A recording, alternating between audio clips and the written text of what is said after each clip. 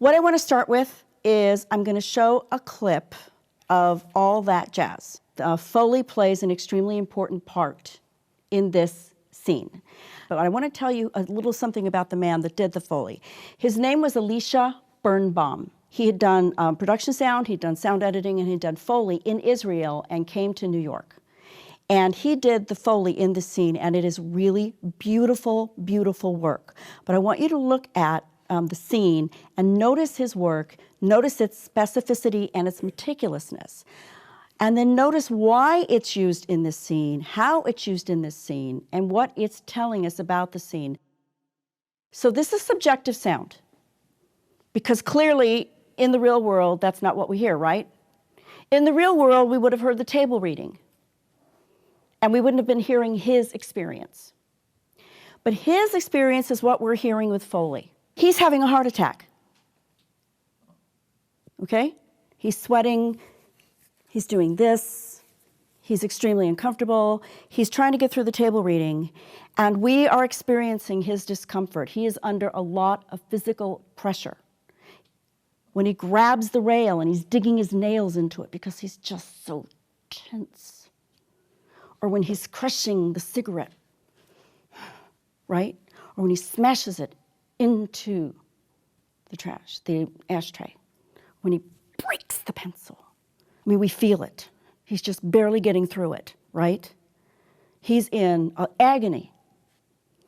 And the Foley is all we're experiencing. And it's hyper-real. And it's his visceral experience, his physical and visceral experience.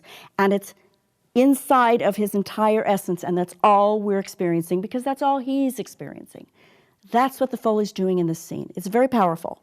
You are showing... You are sonically being the actor. You're being the character sonically. And that's most of the time what's happening with Foley. The character is going through something that only Foley can show you here. If he's digging his fingernails in it, but we don't really hear it, we don't know how bad it is.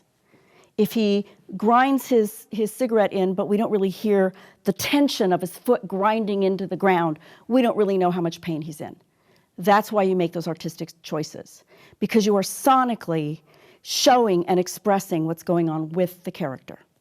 Questions, comments? Yeah? I'm particularly impressed with how he chose one prop for each cut of that shot, where that's the only thing that's really expressing his concern in each. Yes, and I think that's a wonderful point, because you see, sound is so special. Because it can tell you a story, and it doesn't have to be wall-to-wall, and it doesn't have to clutter, and it doesn't have to be big and loud, and it doesn't have to steal the show. It can be something as simple as a pencil breaking, and look how much it told you. I mean, you caught it, tension.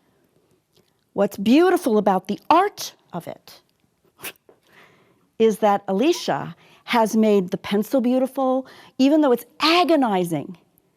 It's utterly gorgeous. Even grabbing the wrist, moving the body, everything he does. And it's specific. It's not sloppy, it's not sort of there. It's very precise. But it's subjective, and it's telling the whole story with sound. We're not hearing anything we don't need to hear. Art is supposed to capture the beauty of even that which is painful. That's what it's supposed to do. And any Foley artist is supposed to find the beauty in even that which is painful or awful. So Elisha was able to do that. It's not the tool, it's not the technology, it's the person. It's the artist. You know, all of you are the artists. You are the people. It's always you.